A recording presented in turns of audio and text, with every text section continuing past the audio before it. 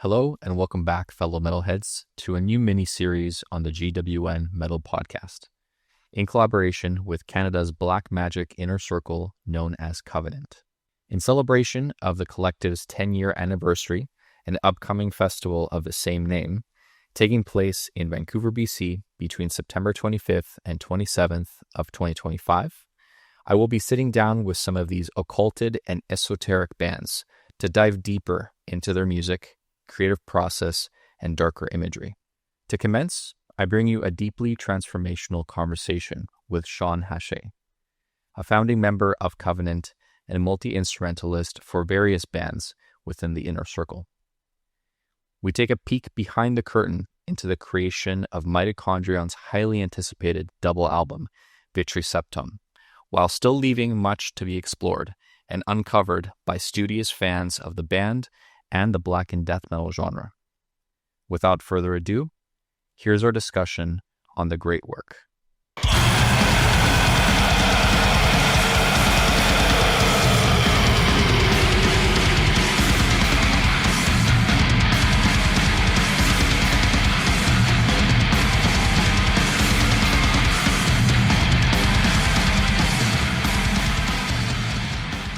Shawn, it is great to chat with you, finally. I know that we've run into each other quite a few times. We have a few folks in common that we know as well. This is the first time that we're actually sitting down and chatting about your project. So, how have you been? Yeah, really good. It's been a wild couple months since the album came out and since the band is back from the dead. It's interesting to observe a completely new landscape since we were active and relevant. But it's also been very nice to see that the people who have been with us for this long, they're still very much with us. And it's even nicer to gain some new people along the way. So it's been interesting to see this long timeline go through a cycle and hit the end of a pretty massive cycle. Yeah, absolutely. And it's interesting because when I first started listening to local metal here in Vancouver, Mitochondrion was a band that was spoke about in very, very high regard. And it wasn't until I really started getting into more of the, extreme side of things where I could really appreciate, what you guys were doing. And, speaking about the timeline that you just mentioned. So the band just dropped their third full-length album, so Vitriseptome. And it's been, on paper, 13 years since your previous release, 𝘸𝘰𝘯𝘷𝘦𝘳𝑗𝑗. I know it's definitely been in the works longer than that. But like you said, now having had the album out for, just over 2 months, what kind of feelings come up from your side? It's a lot of relief in so many ways. When you hold on to something this massive for so long, it starts to infect your body and mind and soul and all those things. There's a lot that was put into it, and I'll try to keep it brief because it's there's a lot to say, but above all, what we wanted to do was to have that sense of like a giant reveal once the album was announced. We did a very good job of staying completely tight-lipped on the whole thing. I think the album was shared with collaborators only, artists, and I don't even think Chris heard the final thing until it was well near completion. Chris being from Profound Lore. So holding on to that is like putting up a dam and trying to hold back a raging river. That's why I say overall relief is the greatest feeling at the moment. But of course, accomplishment and the kind of euphoric state of the release. Yeah, it's like a weight has been lifted off of our collective shoulders in a lot of ways.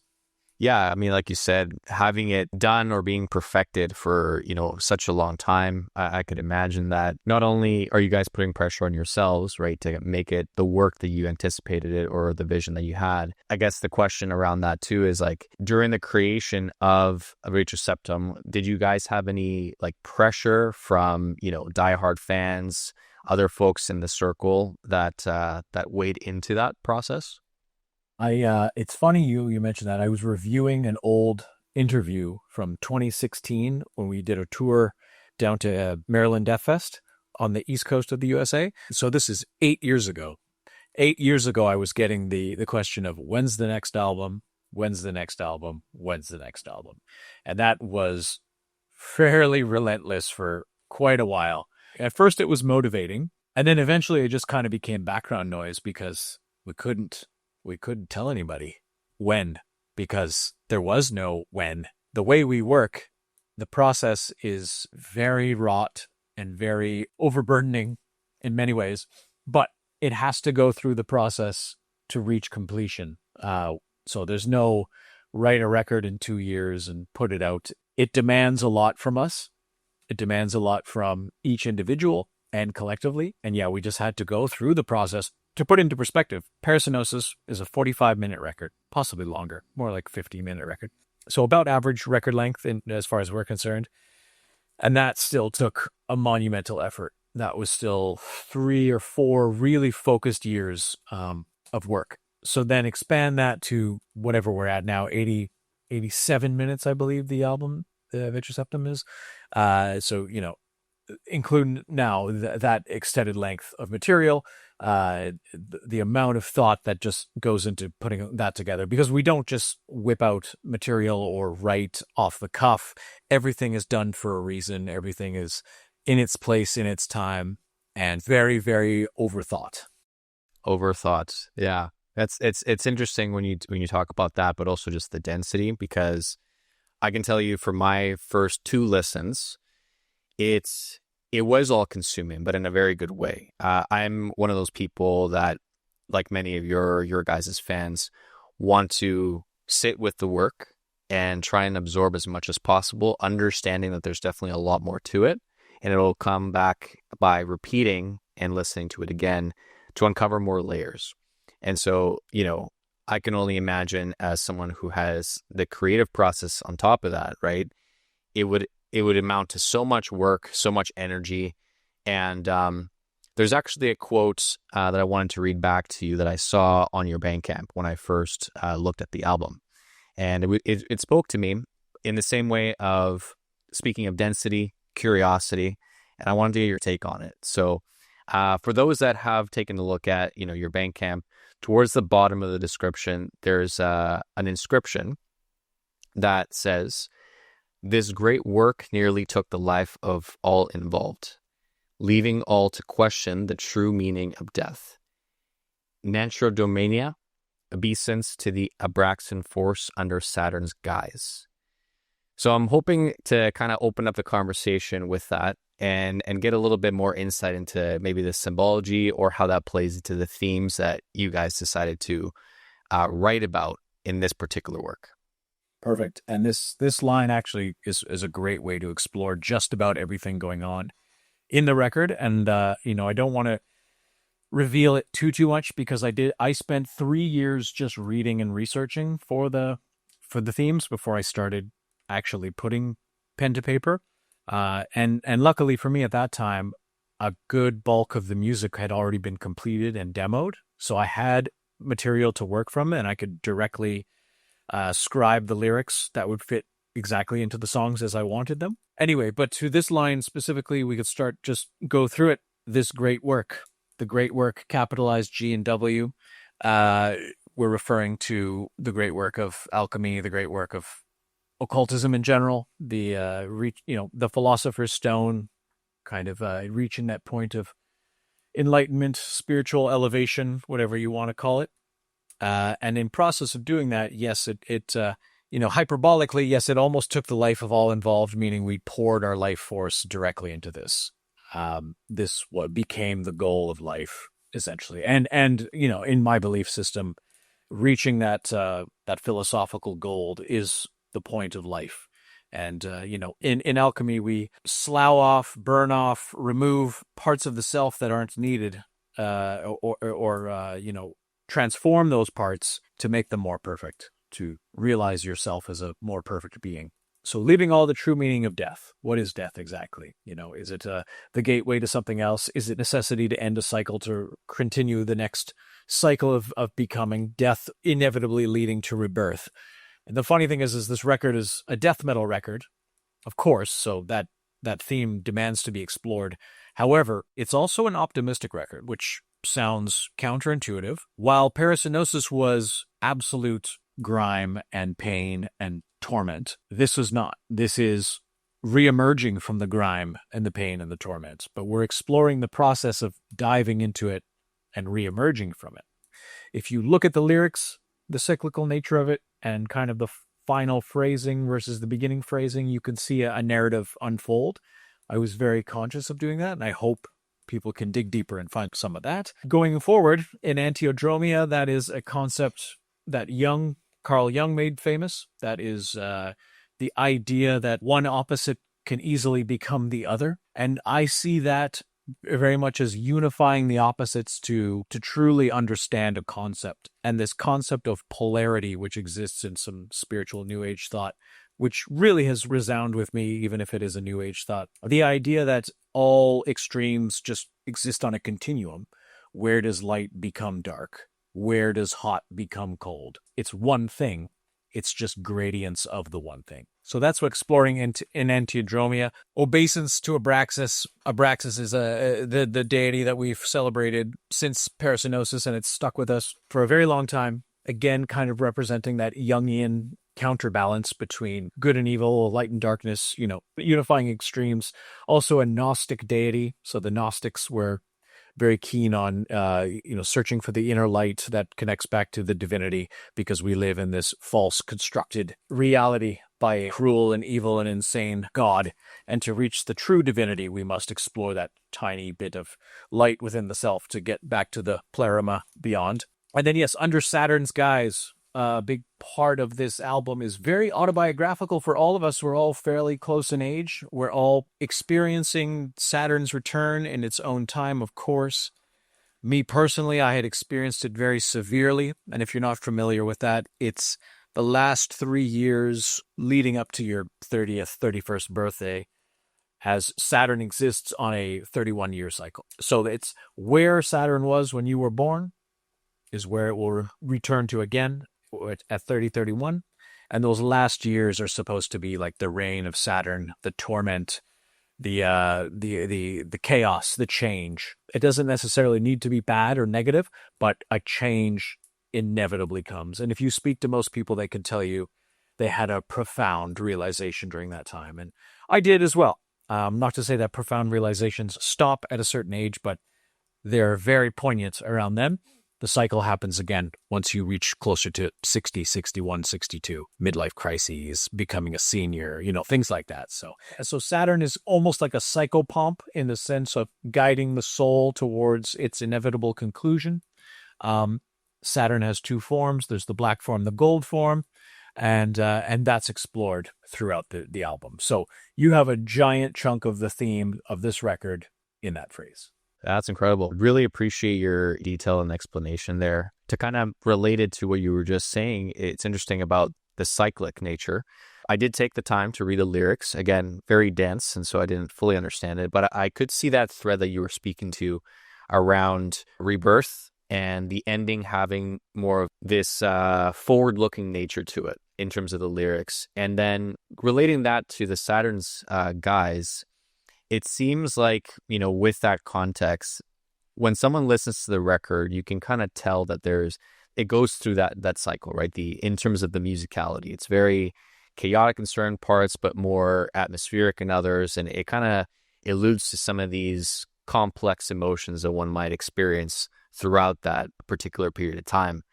And so I think that you're absolutely right. Like the way that you describe this, and now thinking back to my listening, I can now see that coming up in the music itself. I'm glad to hear it. I'm glad to hear that people are putting the time in and finding those little details. I think by creating such a dense record, you don't expect people to get it all on the first pass. Like, that's just not going to happen. It's almost just too overwhelming. I even remember when I first heard it, I was like, wow, is anybody going to listen to this? Because it's so overblown. But the thing is, if you think about it, this is a double record. And you have to think about it in the same way that they created double records, double LPs back in the 70s when the prog bands were putting out these like insane journeys on wax. It was intended that these were two records to listen to. And by having that much material, you're supposed to go on the journey. And I don't think you're supposed to do it all in one go. And it actually doesn't really make sense. You should experience it all in one go, but I don't think you should completely understand it, and it should be something that you can revisit over and over again. Yeah, no, that's a good point. I'm curious to hear people's comments after, we publish this to see if maybe they've gone and done that too, to kind of rewind, go back to certain parts, zoom in, zoom out, and really explore what's going on there. But yeah, no, this is a great conversation. I'm really interested in also now diving into the music too, right? So, in some of the interviews that I took a look at before joining you today, everybody's pretty much in agreement that mitochondrion as an entity just continues to break paradigms, right? You're pushing the boundaries not only for yourselves as musicians, but also trying to push boundaries for the genre as a whole. And so my curiosity is, between your previous works to here at Vitriseptome, did you consciously take any new approaches? Did you absorb any new influences or explore techniques that you wanted to add to this record? And if so, can you give us a little bit of insight on that? Yeah, absolutely. Every record kind of took a different approach. So the approach of Archaon was mostly just, here are some riffs, here are some songs. We were young and excited and full of passion and fire. And that was really the guiding light there, was to make something just enormous and beyond our wildest imaginations without a whole lot of unifying thematics. It was just exciting to put out a really intense, dense record, which is, when I look back on it, it's just so ridiculously ambitious for how young we were. And then going forward, Parasinosis was more like, okay, let's consciously connect this material. But to be quite honest, Parasinosis was not as much material as you would imagine that we went into it. A lot of it was putting parts together to create longer songs. If you really explore it, it's just only a few songs on there that are elongated into movements and sections. And then with Vitriseptome, it was very conscious of creating this dynamic, flowing entity that ebbs and flows and never quite ends, and you can listen to it in one giant piece and it will continuously flow without end. We've also constructed it specifically to exist on 4 sides so that each an A, B, C, and D side have the same similar experience. So there was a lot more thought in terms of constructing the music as a continuum. So that's approach. Beyond the approach influences, nothing was off the table on this one. It was, yes, of course, death metal, but also, everything that kind of sounded good, everything that we had taken influence from in the past, any sound, any sonic territory, nothing was off the table. So that could be dense death metal. It could be slow melodic passages. It could be pretty melodic, almost heavy metal licks on there. And then there's like all the noise and the ritual ambient and some strange instruments that pop up like flutes and acoustic guitars and bandoneon, and believe there's even a melodica is on there. There was no restriction on that. So it kind of had to be what it had to be. We pulled riffs from a large database of written material that was primarily done by Nick, guitarist. We went through every single riff and decided yes, no, maybe, and just like put it into different buckets. And all the yes riffs had to be used. That was like the essential material. It was an interesting exercise because then Nick took it upon himself to take all the yes riffs and construct the songs and construct the structures. I contributed, I would say, probably about a song and a half worth of material in terms of guitar work. The rest is all Nick. The flip side is that it's primarily my lyrics and with a few stanzas contributed by Nick and our friend Rob Hamilton. And so that was an interesting dynamic to explore as well. What happens when Nick has most control over the sonic territory and I have most control over the thematic territory? So that was just an interesting experiment. Will we do that in the future? Maybe, maybe not, but it was a nice way to do it this time. Yeah, fantastic. And you touched on something as well that I was curious about, the different instruments that were used. And so I do recall listening to, your back catalog. There's definitely some noise and stuff like that. And so hearing that was not really a surprise. But yeah, some of the different instruments that were used, I was kind of taking a look at this, talking to some of my friends, and they also identified like potential bone horror or like a rattle or some stuff like that. And so in terms of the ritualistic sounds that you've used in this particular album, what was kind of thought process around that? It's the idea of using bone trumpets, bone rattle, those virtual ambient tools. We've been exploring that for a little while now. We did that on 𝘕𝘀𝑰𝑎𝑛 Hour on that split with Auroch. There's a lot of that. And my other projects, metal or otherwise, we've messed with that.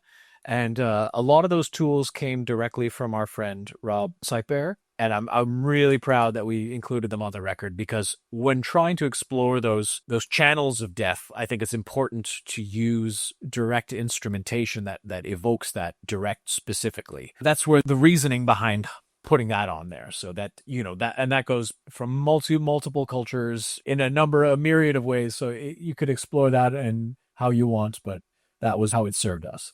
Yeah, that definitely makes sense. It adds so much more texture to the sound, and it was super enjoyable to hear that actually mix throughout all the other layers and different directions that the music took. So that was definitely something that we wanted to ask. Going back to another piece around the musical structure, you mentioned that in this case, everything is constructed in terms of having movements. You talked about having, understanding of the different sides for the vinyl, let's say, and how that would actually flow together. And so from my research, it looks like the total amount of death metal works is to 11. Meanwhile, there's 17 tracks as a whole on the record. And then it's meant to be consumed as a trilogy in 2 phases. My question from that comes to, there must be some kind of meaning between these splits, right? There's some kind of numerology thing or something. And I was just curious to know, again, without revealing too much here, what that structure means to you or the record. Yeah, there always is. And we will always look for patterns. And sometimes patterns emerge of their own accord. And sometimes we do them specifically. For example, an interesting thing that keeps happening to this band and to us is our obsession with this number 137 and our obsession with the number 11. So numerologically, it keeps coming back time and time again, whether you want it to or not. And at this point, we don't even question it. It happens. Call it synchronicity, call it, a guiding force, whatever it is. It's a channel. It's something that we're tapping into. I truly believe that. Right down to the point that if you look at the numerology for the release date of the record, completely unplanned, independently of all of us, it will add to 11. In that moment, we were like, of course it does. And it was very validating. Anyway, so back to the structure of the record. 11 death metal songs. There's literally 11 death metal songs, but there's 17 tracks. So that is an additional 6 connecting tracks or ambient tracks or interludes. It does thematically, it forms a trilogy. And then in the 2 phases, there's literally like sides A and B go together, sides C and D also go together. And this is just looking at things like, 2, duality, 3, trinity, where you're also looking at 3 is also the elements that go into alchemy, sulfur, mercury, salt. 4, the 4 different sides, call that elemental look or call that directions, however you want to explore that. But it was all these important numbers that kept coming back up in classical occultism and alchemy that we wanted to really lay into and explore some more. Awesome. Yeah. It's not something that I'm super familiar with, but I could tell that there was a pattern. And again, understanding that everything had a specific purpose, it was something that I was going to ask you about. So yeah, thank you for that explanation. And so around the construction of the album, you kind of talked a little bit about, your main focus with the lyrics, contributing to guitar, and Nick's work as well. I'm curious to know if you could speak a little bit more on some of the other members' contributions to the record as well. Well, I mean, first of all, we have to celebrate the great accomplishment of Carl, drummer, for, simply pulling this material off. I really encourage anyone to go look up Carl's YouTube channel, as he's put up a playthrough of side A and side B in totality. It's really stunning. And as someone who sat there and watched Carl play rehearsal after rehearsal, I still stand back in awe of his ability. He has a completely unique style of drumming that he completely has devised of his own logic. It's really something else. And as someone who's explored drumming myself and gotten more into being a drummer, I now see it with new eyes. I am completely in awe of what he is capable of. And then, of course, the 4th member, Sebastian, some really incredible bass lines, exploring different territories and way of playing bass, because it's funny. Carl is a drummer who's primarily a guitar player. Sebastian is a bassist who is primarily a guitar player. All four of us are guitar players, so we can very much speak the same language. So it's cool that Seb took more of a guitar playing approach to the bass. And of course, vocals and just his wild, unhinged style that he brings to the vocals. And he has a very powerful sense of spontaneity, and he can bring these wild ideas that enhance the music. And it's funny because we have these two sides of the band where Nick is extremely analytical and focused and planned. And then you have Sebastian, who's a bit more intuitive and inspired and off the cuff. And I'm somewhere in the middle. And Carl is definitely more on the analytical side too. So we're quite balanced in that regard. So I think ultimately, more than anything, that those sensibilities and how they mesh and work together is what really we all did bring to the record. Awesome. Okay. Yeah, I mean, I've seen some of you guys play, and I do know I'm familiar with some of your other works. And so seeing how everything has come together for this particular work has been interesting to me. And so hearing that everybody slightly approached it differently than perhaps other works to make this a little bit different for everybody, it just points again to that whole creative aspect and pushing the boundaries. So that's pretty great to hear, actually. Around that too, one thing that I wanted to ask about was going back to kind of the lyrics and then also how that ties into the artwork. So previously you mentioned that, it took about 3 years to research, figure out what themes you wanted to explore. And so looking at the artwork specifically, I definitely saw that it is a work of a Mexican artist by the name of 𝘊𝘰𝐯𝐷𝘦𝘬𝐴, has worked with a lot of great bands as well in the extreme metal genre. And so what struck me was that there is still an illustration, but if you look closer, you can see that there's actually teeth that are placed around in a circle on top of the artwork in almost this collage kind of way. And so I'm curious to know, now that we understand a little bit more about the themes explored in the album, how that visual is connected to that. Yeah, absolutely. It was the artwork process was really remarkable. 𝘊𝘰𝐯𝐷𝘦𝘬𝐴 is a long-time collaborator and friend at this point. He's worked on several Auroch projects. He worked on the split for the Mito and Auroch split. And he's just someone I admire so much from the first time I saw his Devil's Arch etching. Yeah, I guess that's what you would call it. Poster, which I now have hanging in my living room. I've been an enormous fan of his work and completely in awe of him as well. He took on a monumental task of even just touching this album. He dedicated, I would say, probably 7 years of his own life to making this artwork. The booklet is no joke, and the layout is no joke. The cover art, every piece was really overthought, as everything is, and overwrought.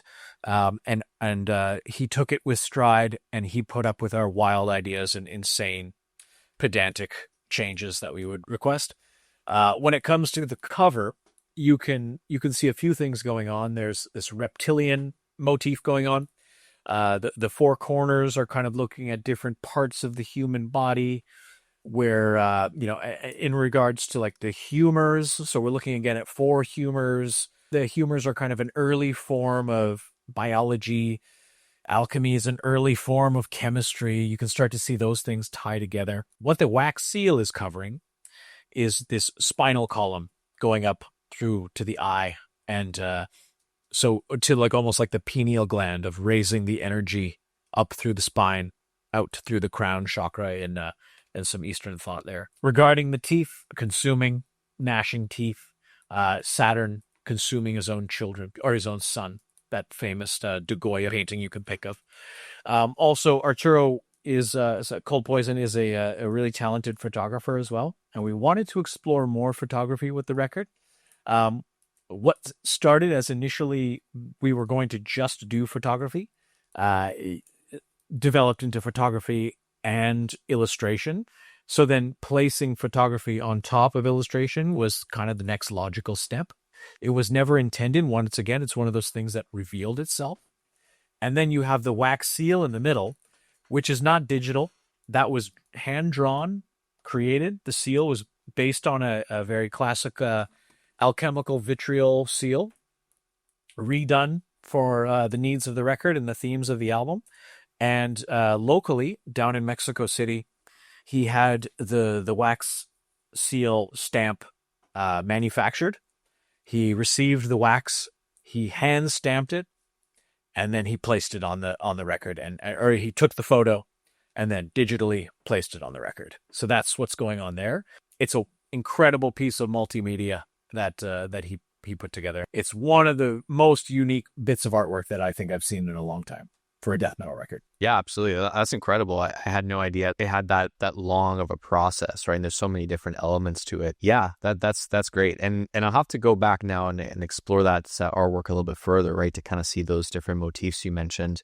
And I'm sure people have probably had their own ideas of what these things represented. So it'll give them a little bit more insight into that. So speaking about the themes then, again, not necessarily having to divulge too much in here, but curious to know maybe what other pieces of research you had to do in order to come up with the themes. We touched a little bit on Carl Jung in the past, and we touched a little bit on some general concepts of alchemy, some of the things in the occult, but maybe more specifically, is there anything in particular that stands out to you that you'd like to share?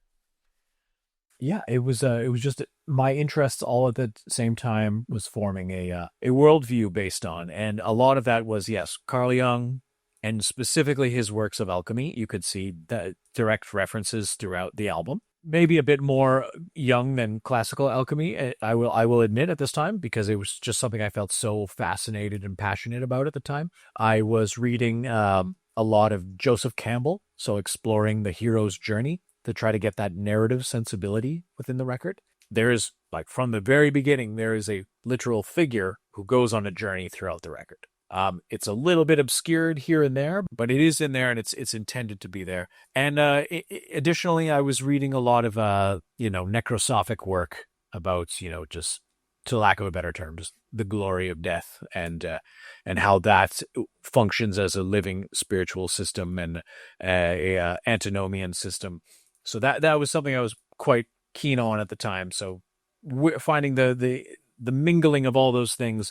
I've also been obsessed with concepts like chaos magic and Aleister Crowley. I've spent countless hours and pages diving into that world. But it's always been interesting to me to find where those things intersect. Where can you syncretize those things? Some people look for it too much, and I just find that where it reveals itself and it becomes self-evident is where I wanted to focus in on. But ultimately, more than anything, I wanted to construct a really interesting narrative. The structure of the narrative itself is based on something a bit more just personal and esoteric to the band, but it actually worked out quite well in terms of the themes working together and the story that revealed itself. Yeah, thank you very much for that explanation too. It's funny how a lot of things that intersect actually have so much truth in them, and it isn't until you actually take the time to inspect that where you realize that there is this common thread, and then explaining that in your own way, right, or exploring how that's become true in your life is something that kind of gives that a whole other meaning. So it sounds like that's also part of the creation here of the record. Yeah, a lot of my interest as of late in terms of spirituality is to find that structure in everything, that common thread that weaves itself through every belief system, whether it's left hand, right hand path, whatever. Because that to me is where the truth of it actually is. As human beings, I feel like we have this instinct towards spirituality, and why does it keep placing the same framework upon it? That's just I don't know. I think that's a rhetorical question. I don't know if we'll ever find an answer to that, but it is interesting to step back and look at it from a few different angles. And that's my chaos magician side talking, where I'm looking at everything from multiple paradigms at the same time. Is it spirituality? Yes, of course it is. Is it psychology? Yep, it's that too. Is it just the physiology of the brain telling, firing synapses? Yep, it's all that. It's everything. It's all one. Awesome. So to conclude today, because we've gone through a lot, and we're going to really, really appreciate your time and explanation to the depths that we have gone to. Let's say someone is discovering Mitochondrion for the first time, and the first record they pick up is this one here. What would be kind of like a summarized version of what you would want them to get out of it? I know there's many places we can take this, but as like a first-time listener, what would be something that you would want them to take out of the record? I think what's really important to me with this album is that it's, and yeah, if you were to hear it with a blank slate, hopefully you would realize that this is not just a, one and done top 10 of the year album, easy listening. It's a challenge, and it's fine. I don't mind that people find it challenging, or I don't mind that some people just don't want to take the challenge. You don't have to. But for those who do, I think that's a cool rallying cry almost. It's like, I've noticed that the people who really understand this record are kind of finding each other. And that's really interesting, because there's people who are defending it quite aggressively, and it's cool because it shows that they want something more. They don't just want another 8-song death metal record that just is a collection of cool songs and that's it. I would hope that it starts to attract the people who are looking for a bit more art within their death metal. And that's, maybe that's a pretentious thing to say, but I have always thought that, and I've always appreciated the avant-garde when it comes to death metal.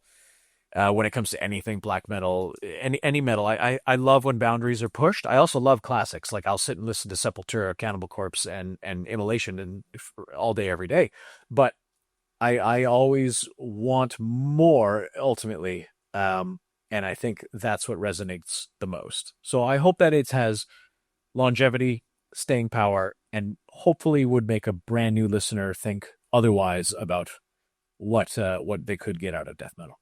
Perfect. I'm sure they will. I'm sure those debates will continue to happen throughout the internet as we see it today. So, the other thing around this too is, for those that are diehard fans and even, new listeners that have come across the record, the probably second most annoying question outside of when is your new record coming out is, when can we expect to see you guys play live? So I'm curious to know if there are any plans for 2025, if there is going to be maybe a little bit more time before we see something like this happen. There's a lot of discussion going on right now. There's a few irons in the fire, mainly on the festival level. I don't think there will be any touring. If so, perhaps quite small.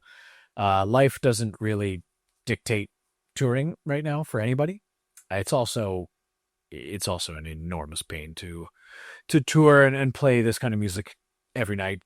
We're not super young anymore, and we all have very real lives with children and jobs and, the mundanities of reality. But festivals, yes. Locally in Vancouver, yes.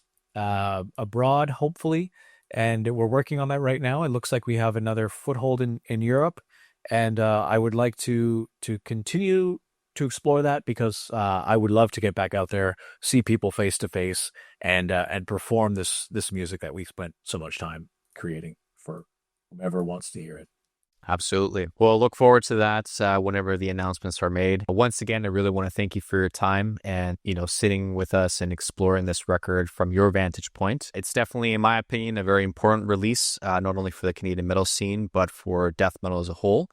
And I look forward to continue peeling back those layers and seeing how that means to me. Anything else that you'd like to leave the audience with? Nothing beyond what my last statement was regarding just embracing challenging work. I would just encourage people to continue embracing challenging work. Don't settle for less, and give yourself the time to be taken in by a record.